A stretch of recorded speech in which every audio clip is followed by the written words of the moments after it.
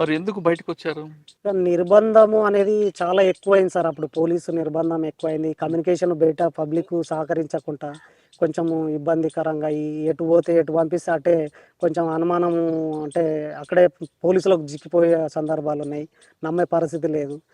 నమ్మకంగా పనిచేసే వాళ్ళు అంటే కోల్పోవడం, ధైర్యం కోల్పోవడం. హ్మ్. అతను పోయిండు ఏంది, నేను కూడా పోతే నన్ను కూడా చంపేస్తారేమో హ్మ్. అని చెప్పి వాళ్ళొచ్చి ఒక మనిషి చచ్చిపోతే ఒక మనిషి కోసం వీళ్ళందరినీ చంపేస్తారేమో, మార్చుకుంటారేమో అట్లా అని కొన్ని ఆ పరిస్థితుల వల్ల ఇబ్బందులు పడి కొందరు బయటికి చెప్పకుండా వచ్చిన వాళ్ళు ఉన్నారు సార్. నేనైతే పార్టీకి చెప్పేసి వచ్చిన సార్. పార్టీ అనుమతి ఇచ్చిందా? నేను పార్టీ అనుమతి ఇయ్యదు కూడా, చంపేస్తుంది కానీ చెప్పి రావడం జరిగింది. నాకు ఒక బాధ్యత అనేది నేను ఉన్న అంటే ఈయన కోల్పోతున్నాము, చేయలేకపోతున్నాము అనే ఒక ఆలోచన వచ్చేసి నేను చెప్పి. మరి సాంబశివుడికి చెప్పారు అప్పుడు మీరు?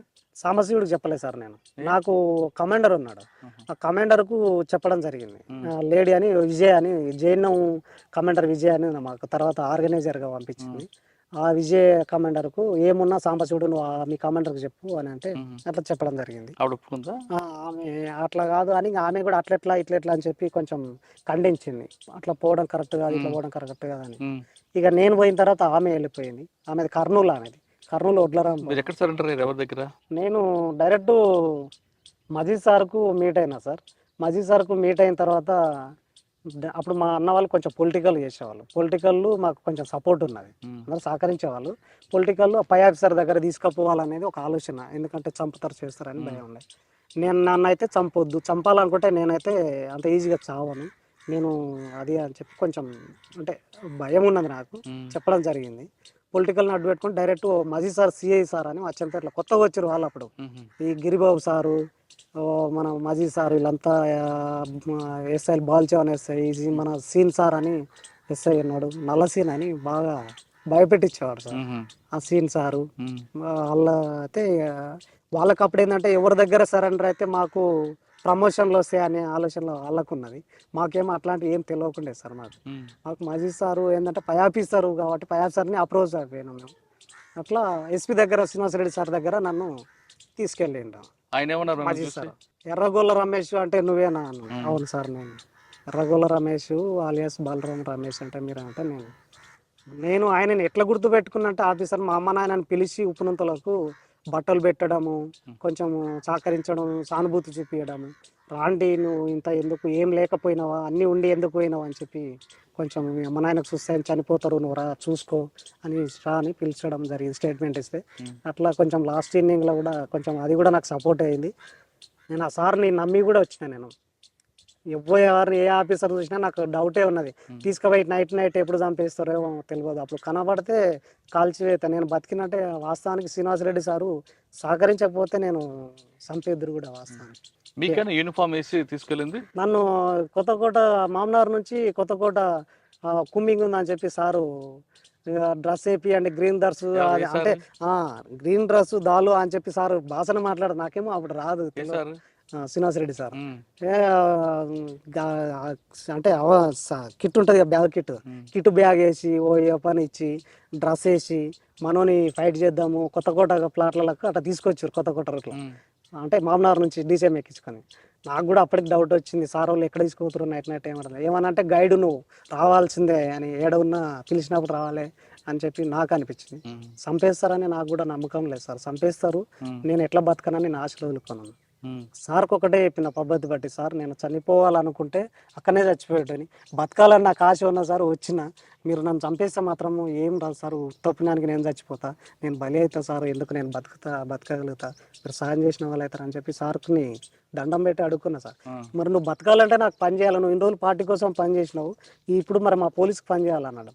చేస్తా సార్ బాధతో చెప్పిన, చేస్తున్నాను. ఏం చేస్తాను, ఏమన్నా సార్ తుపాకులు ఏమన్నా ఉన్నాయంటే మాకు తెలిసినవి తీసి డంపులు చూపిస్తాం, లైన్ మ్యాన్స్ ఉన్నాయి లైన్ మ్యాన్స్ చూపిస్తా అని చెప్పి, పార్టీ ఎక్కడుందో చూపిస్తా అంటే, పార్టీ అంటే కొల్లాపూరే వచ్చినాము, కొల్లాపూర్ రీచ్ అయితే ఇక్కడ నుంచి కొడితే బోట్లో పోతుంటే పార్టీ నల్లమల పోతుంటే మాకు పార్టీ తారసపడి ఎదురుగా పార్టీ వచ్చింది. నేను ఆల్రెడీ చెప్తానే ఉన్నా. అదే మన వెంకటేశ్వర సారు ఈ కొల్లాపూర్లో ఎస్ఐ చేసి ఉండే, ఇప్పుడు డిఎస్పీ, ఇప్పుడు ప్రస్తుతం మామనారు డిఎస్పీ చేస్తుంటాం, మొన్న గద్వాలు ఉన్నాయి. ఆ సారు కూడా ఒక పార్టీ ఇన్ఛార్జి, మా దగ్గర బాల్చేవాన్ అని ఎస్ఐ ఒక ఇన్ఛార్జ్ ఒక పార్టీ అమ్మడి.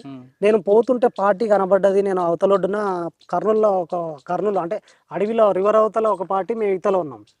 బోట్లో పోతుంటే వద్దు సార్ ఫైర్ చేస్తారు, అటు పోకండి ఇట్టే ఉండండి, పార్టీలు అవతల ఉన్నాయని చెప్పడం కూడా జరిగింది.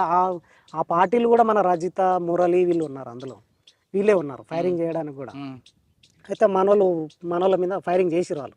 అంటే యాక్చువల్గా వాళ్ళు నీళ్ళకి వచ్చినారు సార్. వాళ్ళు నీళ్ళకి వస్తే మనోళ్ళు ఒక పార్టీ ఉంది, వీళ్ళు స్పెషల్ పార్టీ పోలీసు వాళ్ళు వస్తున్నారు, ఎక్కడ వీళ్ళు అని చెప్పి వాళ్ళు పోలీసుల మీద ఫైర్ చేసారు. పోలీసుల మీద ఫైర్ చేస్తే వాళ్ళు వచ్చేటోళ్ళు ఏపీటీ ఉన్నది, వాళ్ళు ఫైరింగ్ చేశారు, వాళ్ళు రిటర్న్ పోయారు. అక్కడ గందరగోళం, వాడు గందరగోళం పడ్డారు, ఇద్దరు 2 దళాలు. ఇక్కడ మేము పోలీసు బలి అయినాం. నేను అప్పటికి చెప్పిన సార్, నేను చెప్తుంటే కూడా బోటు అట్టే తీసుకెళ్ళిండ్రు అని చెప్పి నేను ఎస్పీ సార్కు డైరెక్ట్ చెప్పడం జరిగింది. వీడికి వచ్చినాక రాజేష్ కుమార్ సార్ ఓఎస్జీ ఉన్నాడు, శ్రీనివాసరెడ్డి సార్ ఉన్నాడు, మళ్ళీ ఇచ్చి పంపించిండు. చలో మళ్ళీ గో బ్యాక్ అని చెప్పి పార్టీలు ఇచ్చి పంపిస్తే, లేదు సార్ ఇది పరిస్థితి అని చెప్పానంటే పోతే మళ్ళీ రిటర్న్ పోతే తర్వాత ఒక 2-3 రోజుల తర్వాత మళ్ళీ పోయి వచ్చినాక అలిచిపోయినాక ఇంకొక పార్టీ మళ్ళీ రిటర్న్ పోతే కర్తిబోర్డ్ అని చెప్పి ఒకటి ఎన్కౌంటర్ అయింది. అదే మన బొమ్మనపల్లి సురేష్ అని చెప్పి ఒక అతను పార్టీ సభ్యుడే. ఇక మన సీను సిద్ధాపుర ఎస్ఐ చేస్తుండే, నల్ల సీన్ అని చెప్పి ఎస్ఐ. ఆ సీన్ సారు, ట్రైనింగ్ పార్టీ చారి సారు వీళ్ళందరూ ఉన్నారు.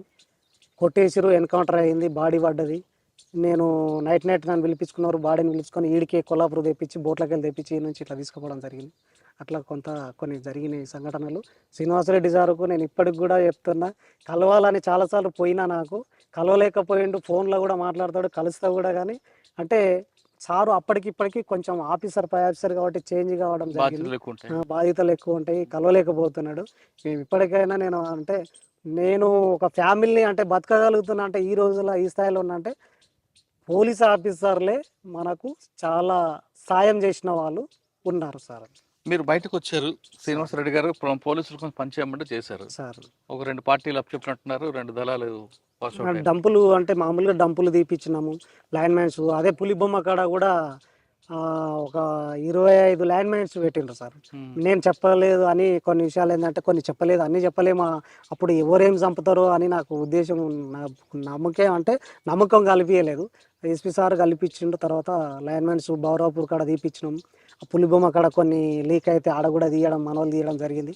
అట్లా కొన్ని జరిగినాయి. ఇక సార్ కూడా నేను కొన్ని పని చేసినందుకు ఆపిండు, లేకపోతే అంతవరకు కూడా నేను చంపేస్తాను అచ్చంపేటలో మామూలుగానే ఇద్దరిని పట్టుకుపోయి చంపేసిన సందర్భాలు కూడా ఉన్నాయి. ఇక నిన్ను చంపుతా అంటాడు, చంపుతా అంటే నాకు ఏసీ రూమ్లో కూర్చోబెట్టిండు, చెమటలు పడుతున్నాయి. ఇక సారు పిస్టల్ టేబుల్ పైన, అప్పుడు క్లాసిక్ పిస్టల్ అని చెప్పి కొత్తగా వచ్చినాయి, క్లాసిక్ పిస్టల్ పెట్టిండు, ఊకే టేబుల్ మీద ఊకే తిప్పుతా ఉన్నాడు. సారు ఇక నాకు చెమటలు పడుతున్నాయి, చెప్పలేకపోయినా. ఇక ఇది సార్, నేను బతకగలుగుతా సార్, నన్ను చంపకండి అని దండం పెట్టిన సార్కు. నువ్వు బతకాలంటే మాకు పని చేయాలంటే చేస్తా సార్, ఖచ్చితంగా చేస్తాను. అది మజీ సార్ చెప్పడం జరిగింది. మజీ సారు ఈరోజు మేము పోలీసులా ఉండి బతుకుతున్నాము అని అంటే, ఆ రోజు సిచ్యువేషన్ అడ్డిగా లేని పరిస్థితిలో ఉన్నాం. ఈరోజు ప్రశాంతంగా బతుకుతున్నాం మేము అందరం మాజీ నక్సలైట్లము.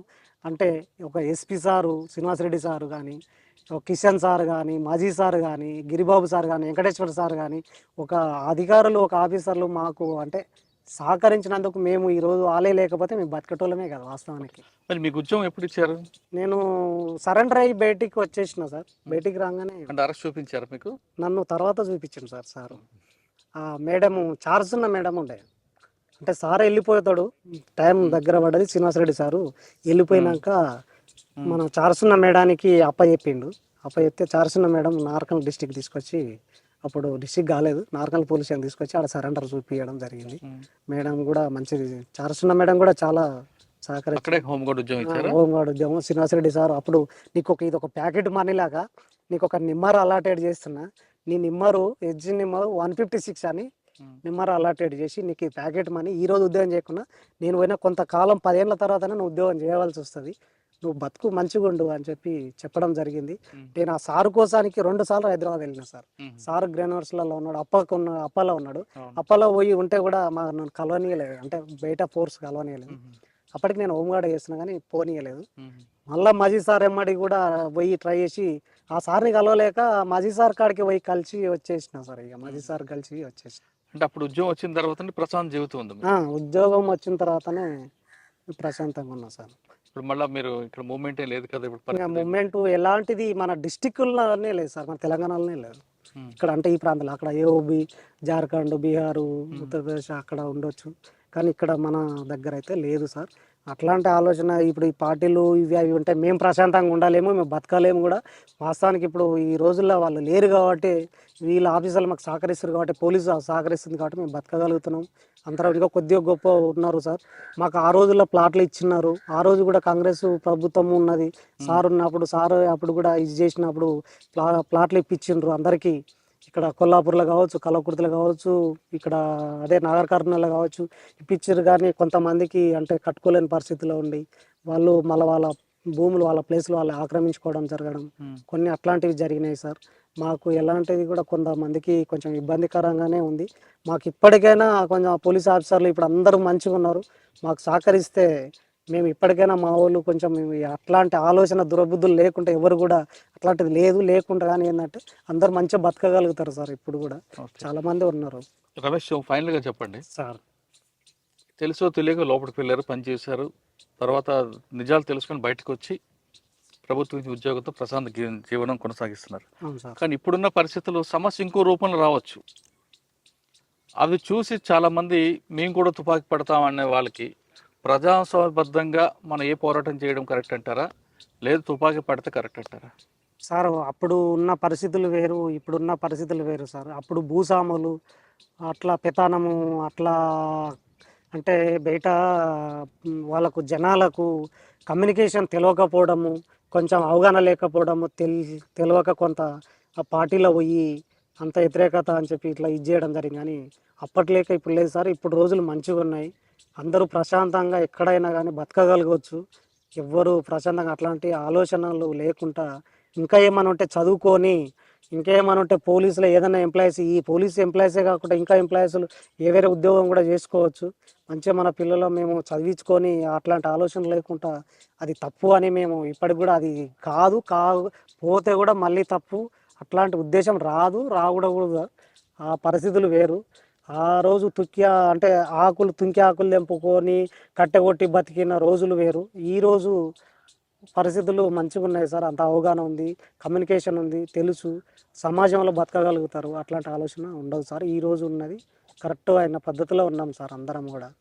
ఇంకా అట్లాంటి ఆలోచన మనసులోకి వస్తే మళ్ళీ తప్పు చేసిన వాళ్ళం అవుతాం సార్ మేము.